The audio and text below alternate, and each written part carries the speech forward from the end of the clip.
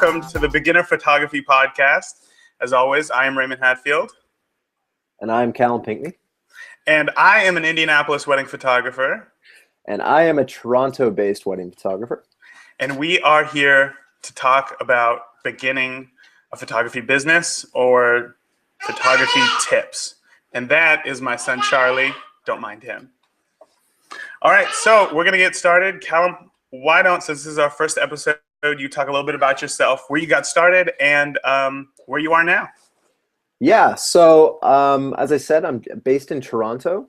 I didn't come up through high school and into fine art school. I actually fell into what I do now, which is wedding photography, through a whole bunch of different career paths.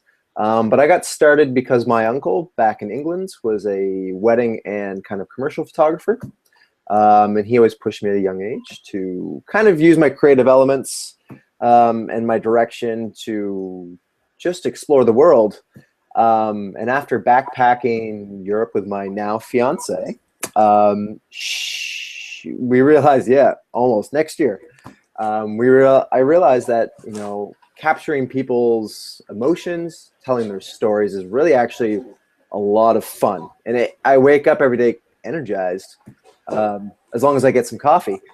But I was also working a career job, which was kind of corporate.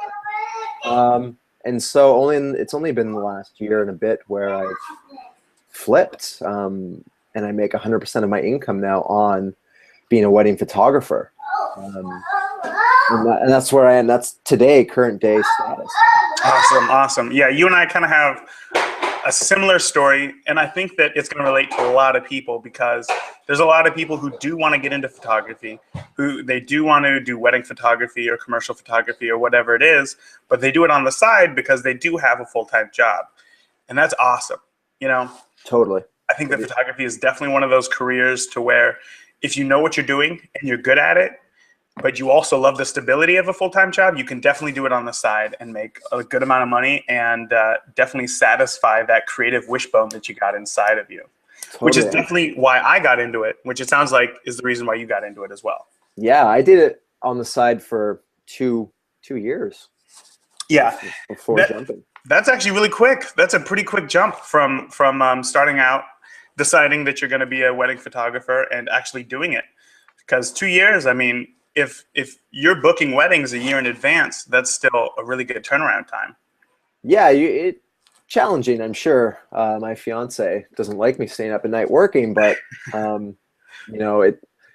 when I'm up at 6:30 in the morning or 7:30 in the morning some days, and then I'm working till 11 o'clock at night, and I feel energized still. I can tell this is what I want to do. That's awesome. There's so many people who work at that corporate job who they feel that whenever they're editing or they're working, but it's also important to know that for some people it's not for them. I mean, you may feel very energized when you start editing and you start going out and shooting, but maybe full-time it's just not as stable as some people need in their life. Yeah, exactly. And maybe it's not the right move for them, and hopefully this podcast is going to help show people whether or not they should make the jump to full-time or if they should just stay a weekend warrior and just, kill it with two jobs. Yeah, and this podcast might also be just where people who have no interest in being professionals just want to become better in their day-to-day photography, capturing their families and their kids, uncles, aunts, parents, anyone. Or they just want to get better at street photography. I don't know. Yeah. That's where you, the audience, help dictate content for the show. Yeah, absolutely. There's so many different ranges of photography that, there's so many ways to go. You can go any way you want to. And if you just want to take better pictures of your kids, if you just want to, learn more technical details, then this will be it. This will be where you're going to come and learn as much as you can. Yeah, we're going to really try to break down kind of really simple things that can really change your photography overnight. And as long as you practice, we see this all the time. I learned it in the last 5 years, and we're going to show you in a little bit really bad photos from years ago. And I mean bad. I mean, if this was okay, this is where it was.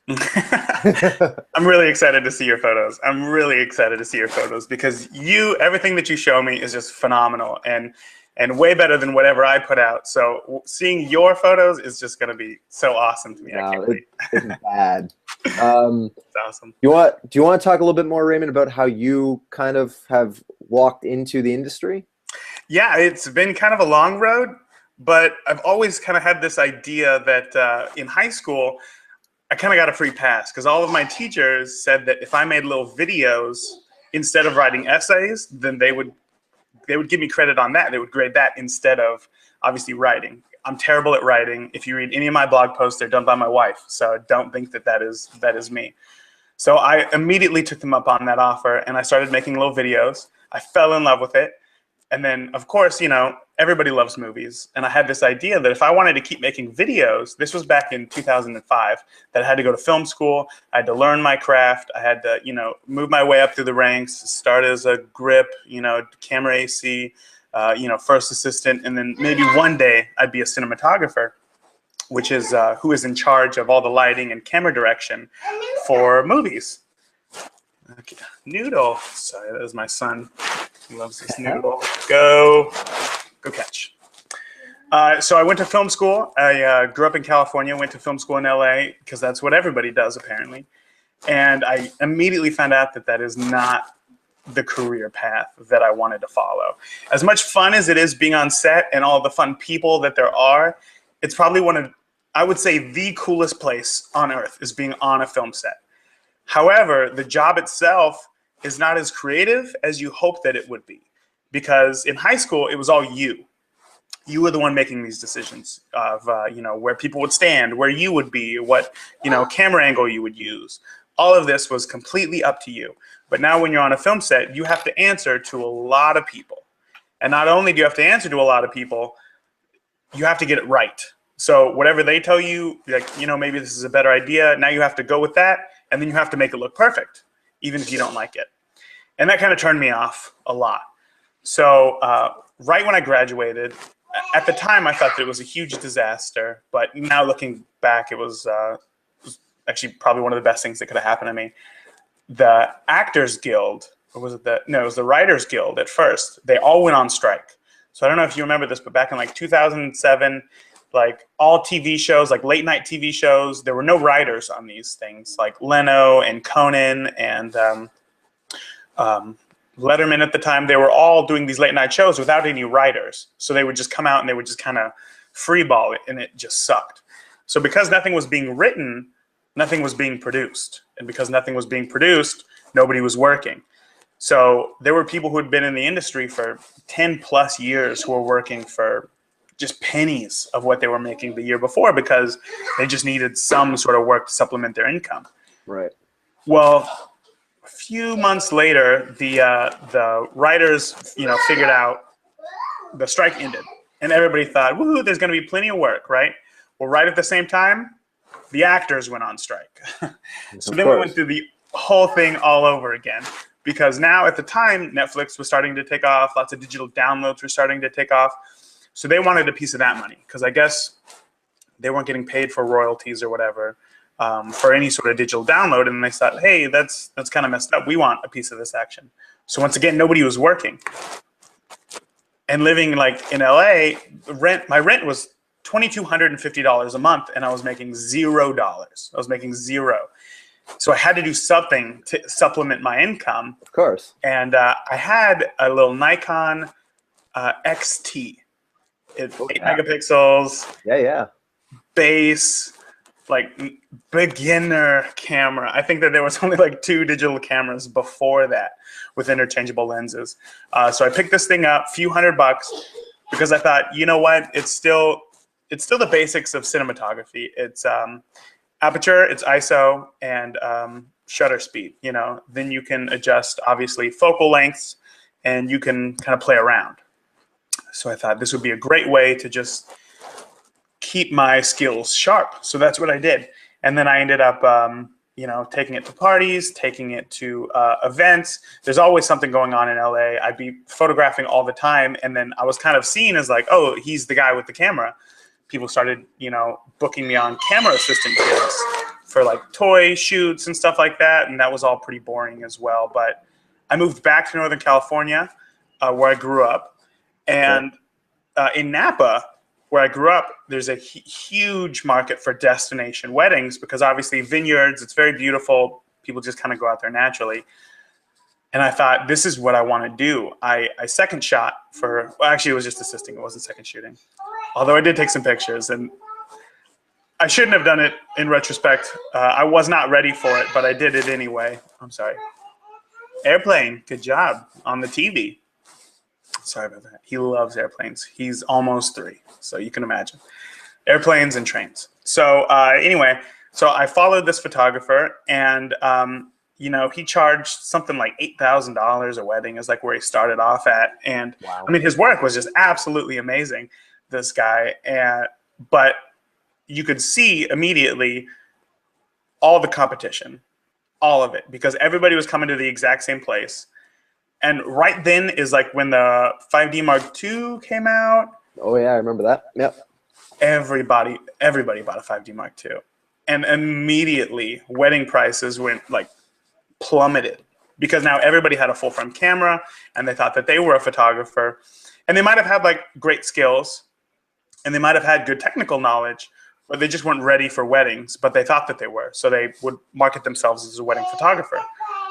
And because of that, his work went down immensely. Right, yeah. And I decided at the same time, my wife and I, we decided that we were going to move out to Indiana. For one, the market in Napa was pretty saturated now, obviously, with the 5D Mark II. We eventually wanted to raise a kid, which now we have, and we didn't want to raise him in LA. And she grew up here in Indiana. Cool. So we moved out here. I created a website. No bookings came. I learned how to market myself. And, a lot of the tips and tricks that we're going to talk about on this podcast is what I implemented into my business, which eventually led me to quitting my full-time job, desk job, and becoming a full-time wedding photographer as well. So I've been doing this full-time now since May. Not very long. I know. I'm not a pro. I'm not a seasoned pro. But again, I have all the technical knowledge that I've been doing since 2007. I've been in the game, and finally making the decision to leave my full-time job was the best for our family. So here we go. Yeah, that's awesome. That's, in a more abbreviated. I'm sorry, Diddy. I just splashed coffee all in my face. Okay. Technical difficulties, people. That went up my nose. As this podcast go on, this will happen, and we're not going to edit it out, I don't think. Or we might. I don't know. No. I hope somebody on the internet makes it a GIF. See, there we go. You're done for now. Yeah, right. That's very similar because when I started in 2010, and by started, I mean started taking pictures, it was really, really poor. I actually need to set up the pictures here. One sec. So that when we can, don't put me on screen yet, or if I am, it's too late. It's too late. We're watching you. Oh, are you? I'm sticking. Yeah. No, I know what you mean. We all start off somewhere weak. It's easy to go on the internet and see all the pros, and especially with Flickr, because Flickr had that cool, I don't really use it that much anymore. I would assume that they have the same thing, but where you can see the cameras that they use, the gear that they used, and then all their XF data. Is that how you pronounce it? Yeah, you can upload that. Yeah, and you can see all that, and then you assume if I just copy his shutter speed, ISO, focal length, then I can get the exact same photo. Not the case. It's never the case. Never the case. It's not even the camera itself, really. I mean, to an extent, yes and no. That's a conversation that's just a constant swirling argument. It's never going to end, like you said. But I've taken great pictures on a D100, and if anyone has been around long enough to remember the D100, that thing was massive. It was 8 megapixels. I think it took like 2 gig CF cards. Yeah. Max. Max. It was, by today's standards, abysmal, but a fine camera to take shots and to learn. And I carried that around everywhere while I was in school, going to friends' parties, very similar to you taking shots. And it's just bad. You have this really great vision of what you want in your shot, but you just never get it right. You can't copy someone's settings and then just pull it off. You have to develop your own style and eye and understand. It takes time. It's such an art and a long process to pull out.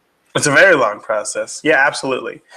That's another thing that a lot of people who just pick up a camera think is so easy, because suddenly just the image quality compared to the photos that they were taking with their iPhone is so much better that they feel like, oh, I'm done.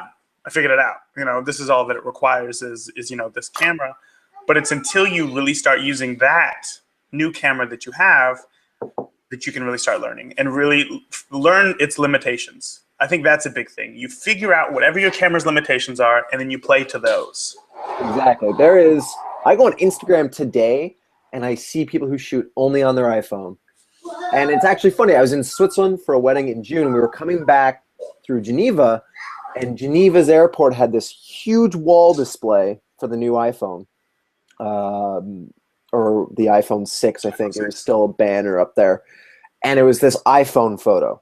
And it was a huge print, and it was massive, and the light was gorgeous. It was in the Arctic somewhere. And you're like, wow.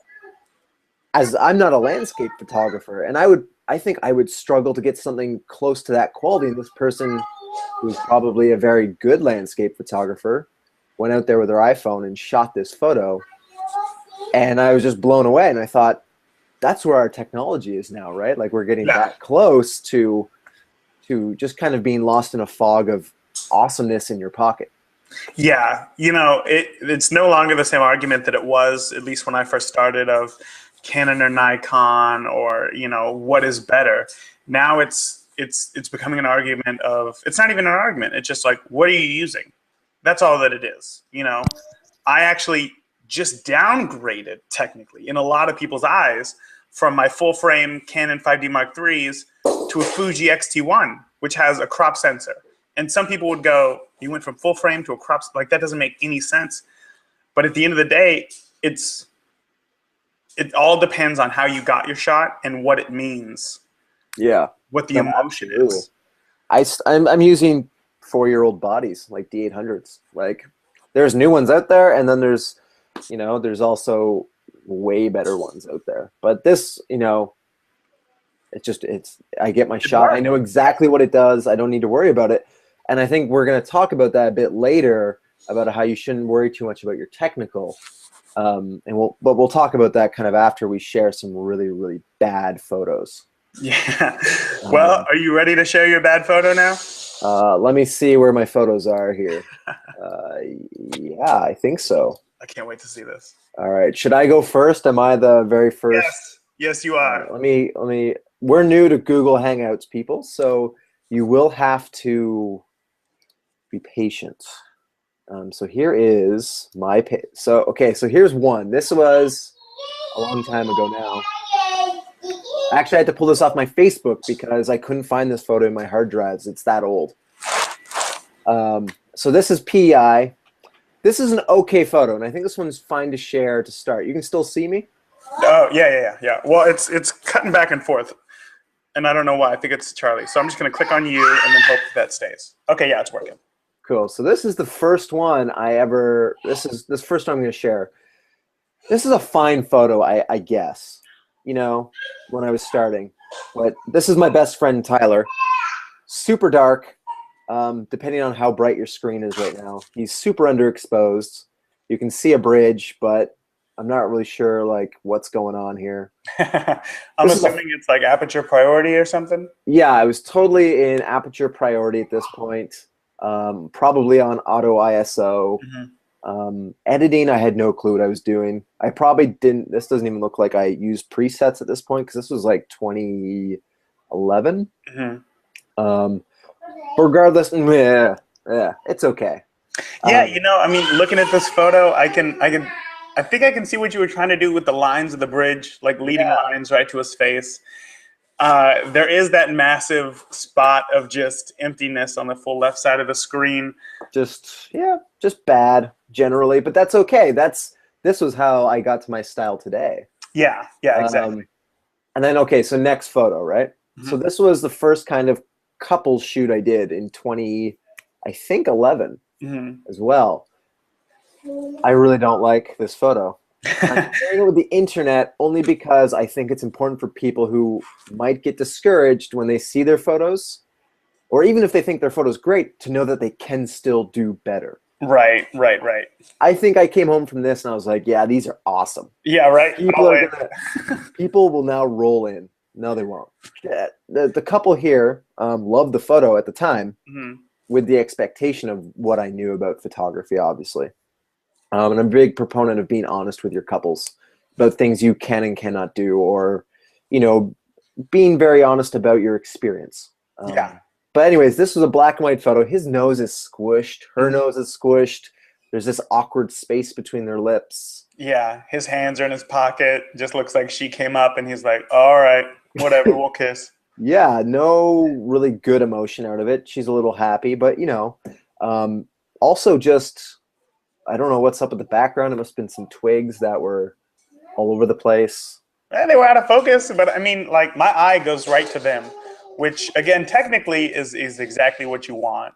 Yeah, I can see the vision. I can see what I wanted to do back then. I Yeah. just didn't know how to do it well, Right. which is cool. That's what being a beginner is all about. And then third photo. This one's a bit smaller. Has a nice watermark that I used to have, which is just like a copyright sign with my name. That's how creative I was back then. This one I like to bring up because it was probably one of the I feel it was one of the worst photos I think I've ever taken. Wow, really? Okay. I I can't think wait to hear why. only this is just it's not so much, it's so different from what I shoot today. But I literally just, and you have to know the backstory why I think this is such a bad photo. We're in this park in the middle of Toronto, and there's like a kind of a garden greenhouse, and this is about October of I think maybe late 2011 as well, and the sun was setting. Obviously, you can see it on their face. Hmm. And I decided I was going to have the sun hit their face on one side and then completely black them out on the other. Of course. So you've got these hard shadow lines on him, on his left cheek, or his right cheek. What we see is the left side. And it's super overblown. I had to bring this down, I think, like 3 stops or something. So I saved a whole bunch of detail, but I had to bring it down. Yeah. Were you still an aperture priority? Oh, definitely. Oh, okay. So it would have been hard for the camera to try to No. pick a spot to meet her for. Yeah, it would have seen the shadows on the faces and gone, well, I could do that. I can look at the highlights and go, I could expose for that, which it kind of didn't. It exposed more. It exposed for the shadows at the time, and I think I probably focused into his chest or something. Because I didn't really get focusing at all at that point. I was like, if I just put it on them, it should know focus all of them. Yeah. Yeah. I did the same thing. And I don't think this picture was anything that was really inspiring. There's a tree and a building coming out of his head. Their smiles are okay. I didn't interact with people. I just kind of took their photo and then just moved them. And so even when I compare these two, this one's is, I think, horrible in the sense that their hands are in their pockets. He's not got any emotion, squished faces. But at least I had some vision of an emotional moment. Yeah. But this one's just like, okay, get together and smile in my face. Yeah, that's one of those. It's happy hour. I'm hoping that it will do all the work for me. Every photo that I take is going to just be fantastic type deals. Exactly. And I mean, I probably could have in aperture priority mode still just turned them with, some backlit sun and did fairly well. Yeah. But that was a learning curve that I had to come to and cross later in my development. So those are the 3 pictures I've just picked out that just kind of irk me to this day. All right. Well, I like them. It definitely shows. It definitely shows a good spot for beginners. It's definitely. I've seen way worse photos, and in fact, I'm going to show you some way worse photos. But there's a bit of a story to it before I show them to you, because yours were clearly posed. When I first started off, I didn't pose at all. I didn't do any of that. I thought that, hey, I could just show up and just with my technical knowledge, I can just kill it. I can get every single moment and it's going to be fantastic. And immediately figured out that that's not how it works, and that you do need to learn how to pose, and that is what really separates you from your competition, is posing. As much as, you know, you like to do it or you don't like to do it, learning some key easy poses is really going to separate you from 99% of your competition. Oh yeah. But regardless, starting off, like I said, I thought that I could just capture the moment. Okay? Let's do this, Raymond. Okay, so I made this as a collage because I put this photo on my blog because I'm really embarrassed about it. But again, I wanted to show how people can grow. So a little bit of backstory. Again, technical. I was 100% focused on technical knowledge, okay? And this was at the reception right after the couple had walked in, right after the introduction. And my assumption was if I shot everything at ISO 100 the entire day, they're going to love how beautiful their photos are and how crisp they are, right? Even though I was still using like plastic glass, it was like 18 to 55 or whatever it was. Sure. If I shot it at ISO 100, they would just be blown away by the image quality. Well, if you've ever shot a reception at ISO 100, you know that it's not possible. Black. Well, no. Surprisingly, I wasn't, because I was also in aperture priority mode as well. Okay. So it kind of worked. And these photos, of course, I boosted. They were much darker, but here they go. So, okay. Did that pull up? Yeah, it did. Yeah, I see that. Okay, so this first photo in the top, or I guess on the right side, Mm-hmm. this is when they first walked in to the reception. And as you can see, everything's blurry. I used my flash to try to stop it, but didn't understand second curtain flash. Right. So every photo that I took with flash was just absolutely unusable. His head, half of it is missing for some reason. She doesn't have a face, even though she was looking in that direction. There's some weird guy with a cup. I don't know. I just thought, you know what? I'm going to get a low angle, because, again, I knew what I wanted. I'm going to get a low angle. I'm going to try to get super wide, which clearly this isn't, of everybody in there, like cheering and clapping of them walking in. And then later when I looked back, that's not what I got at all. So back to some more dancing photos.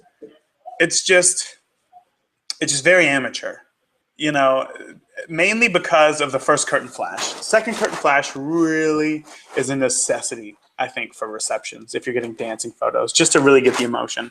That bottom one right there, I thought captured the emotion pretty well, but just imagine how much better it would be with that second curtain flash. You know, if it really would have froze her.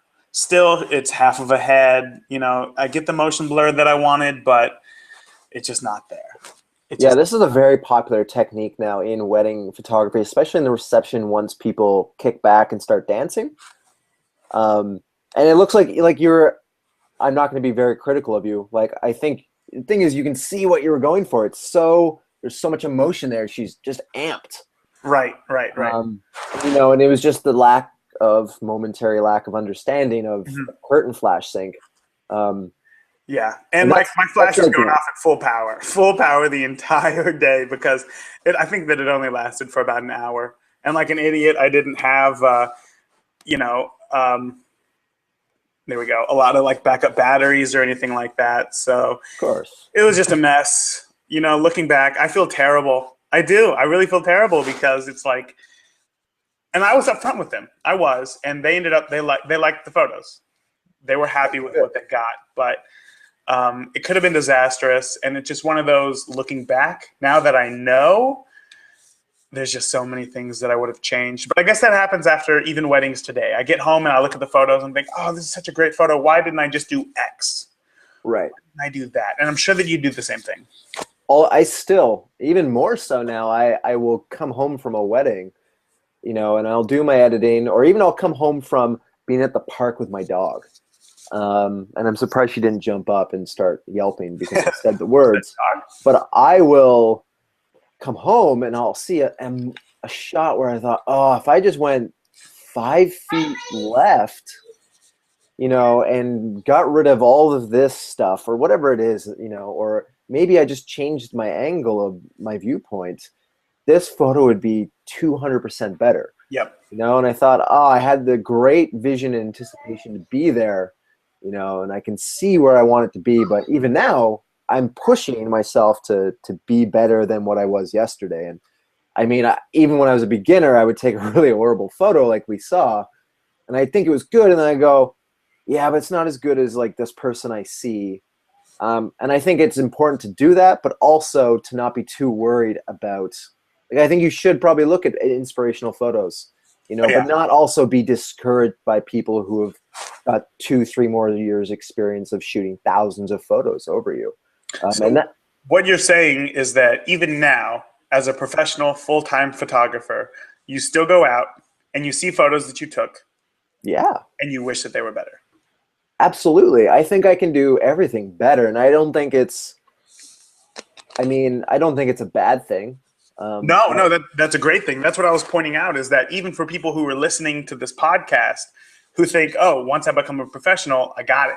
It's booked, it's sealed. I know everything. And that's Oh yeah, no. simply not the case. There's professionals going into workshops all year round just to learn new techniques or to learn the tiniest bit of like, I think even we were talking only like a few weeks ago about like a setting on our cameras, and we're like, oh yeah, well, that'll work. Yeah. Yeah, that's a much like, what am I doing with this certain feature? I don't recall what it was. It doesn't really matter, but you go, oh, I've been shooting this way for like 4 years and it's worked fine, but this makes so much more sense. Yeah. And And a lot of it is coming up with a plan for whatever works better for you. If you oh yeah, love getting those photos that are posed and beautiful, and you tell the couple, move your hand like this and do that, and you kill it, then that's awesome. Congratulations. That is so cool. But if you're the type of person who just wants to show up and they don't even want to be known as a photographer, they just want to look like a guest, because there are people like this. Like, if you look up Kevin Mullins, his work is fantastic. And he shows yes. up, people don't even know that he's the photographer. They think that he's a guest, and he's just there capturing moments. That's all that he does. He doesn't take any family photos.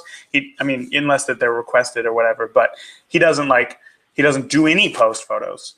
He captures the day exactly how it is. He doesn't touch anything. If he was invisible, the day would happen exactly as it does naturally. Right. There again, as we were talking about earlier, if you want to be a commercial photographer, if you want to be a kids photographer, if you want to be a wedding photographer, like, that's all great. But even within those things, you can dive even deeper. Oh, totally. The hole is endless in what you can learn. I'm learning stuff every day. I went to, if anyone knows who Jonas Peterson is out there, really awesome dude. I went to his workshop. He was in Toronto not too long ago, and he's very similar to Mullins, and he just kind of doesn't. He'll just tell a story, and that's his life's work, is telling stories that just fascinate you. And he is very upfront. He just says he doesn't do posed photos unless it's requested. But what he does do is he captures things that I think a lot of people aren't going to see in that wedding day, that you might miss, you might not know about. And he even admits that he's learning new things all the time. He's learning about people all the time, and that's his life, is learning about how people interact with other people, right? He's almost like a sociologist with a camera. That's an awesome way to look at it. Part psychologist, part sociologist, and an anthropologist, because he's documenting the human civilization, and he's going around and just sharing these awesome stories with people. And even then, I look at another person, Sam Hurd, who's a really creative wedding photographer. He just pushes creative boundaries. He uses things in front of his lens elements all the time. He puts broken glass, metal, prisms, all sorts of things. Anything he can find, he puts in front of it probably. And he plays around probably for hours, until he finds something that he likes, and then he goes and uses it.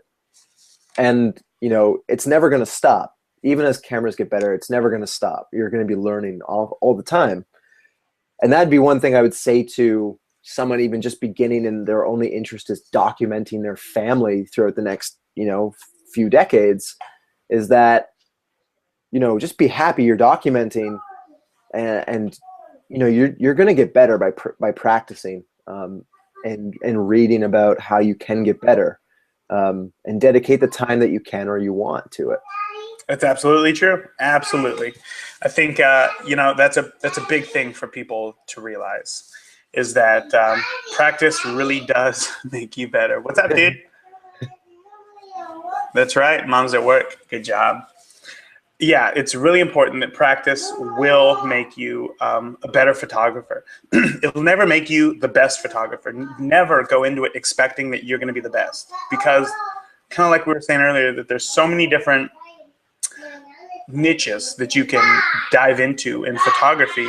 You will always be able to find something that you love to do, and people will love it. Absolutely. Oh yeah, there is niches for everyone. You know, the people hiring Jonas Peterson, who I just talked about, are probably not hiring Sam Hurd. Not a knock to either of them. Right. They work in two different spaces in the wedding photography industry.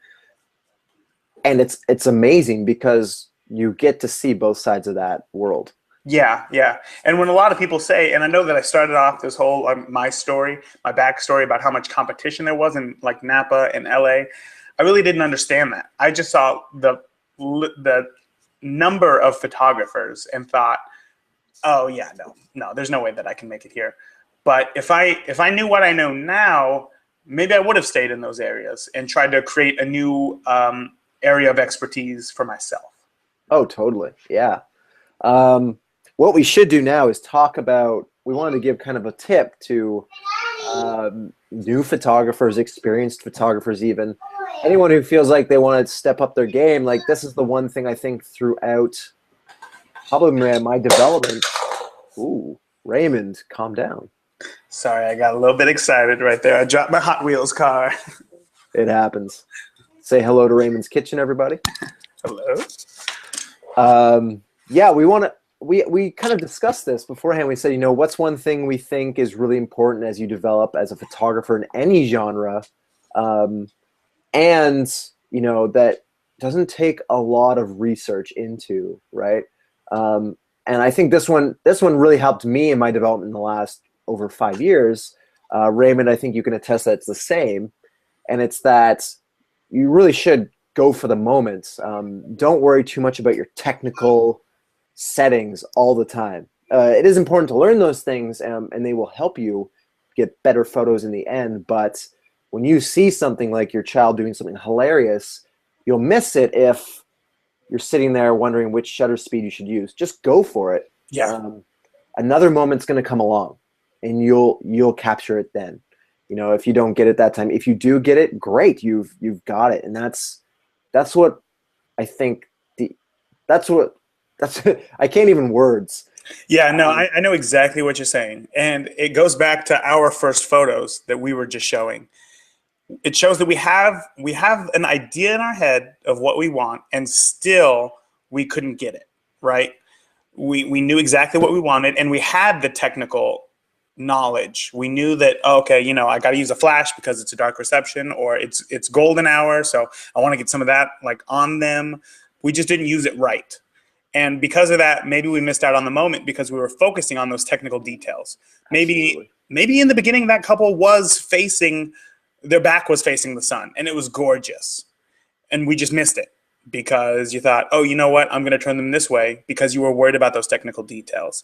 Worrying about those small things like shutter speed and, you know, your aperture, yeah, they're important for how they affect how the photo comes out. But at the end of the day, like I went to a Sam Hurd workshop, and he always said the moment always trumps, no matter what.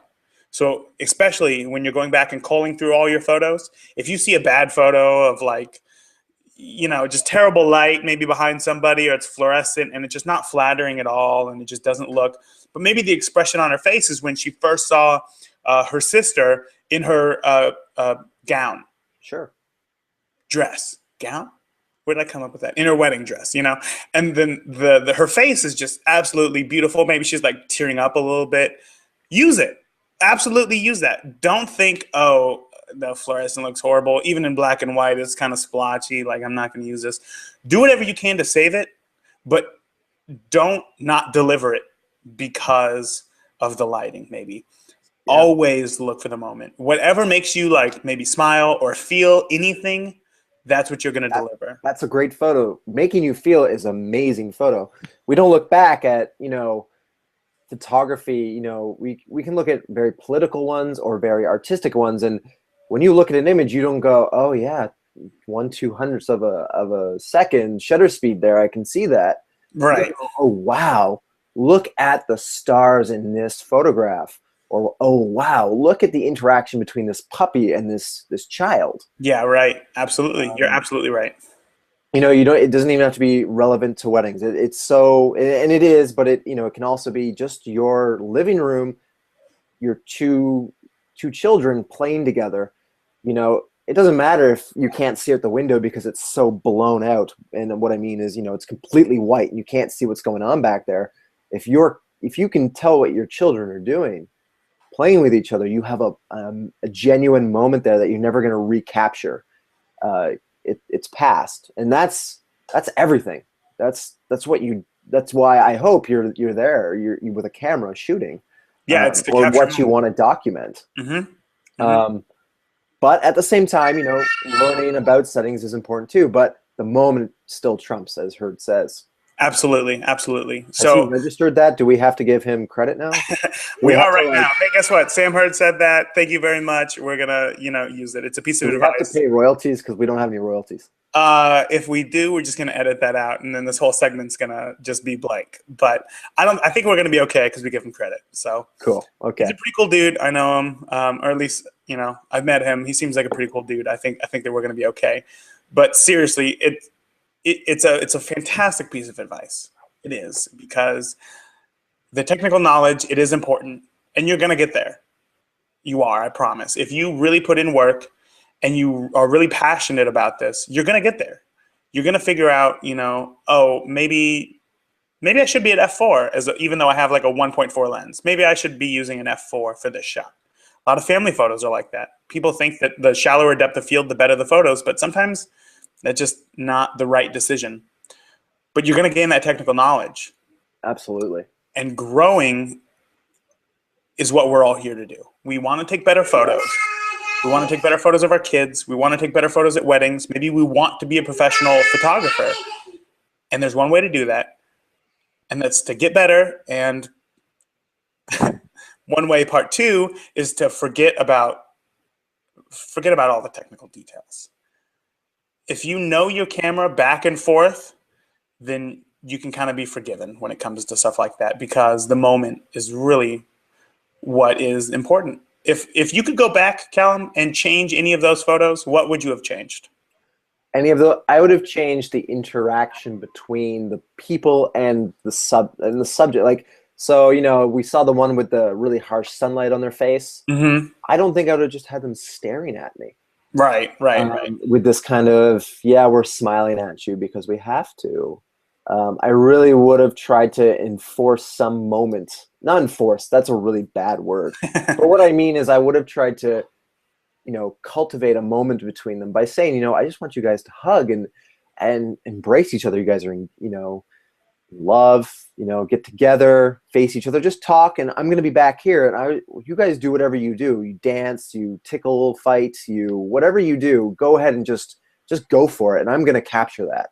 I would care less than about the harsh sunlight, because I would have had something that was entirely genuine.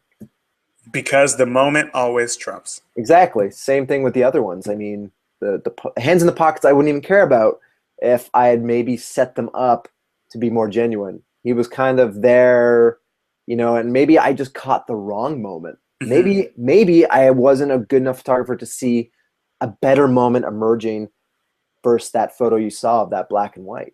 Right. I mean, it looked like a very common beginner photo. So I don't think that it was, necessarily you. I think that a lot of people would have made thumbs up. I think that a lot of people would have made the exact same photo out of that. But the difference is that you saw what you didn't like, and you use that knowledge for in the future to take better photos. Exactly. And that's still today. I think great photos. I hope people hire me. I'm telling you, think they're good.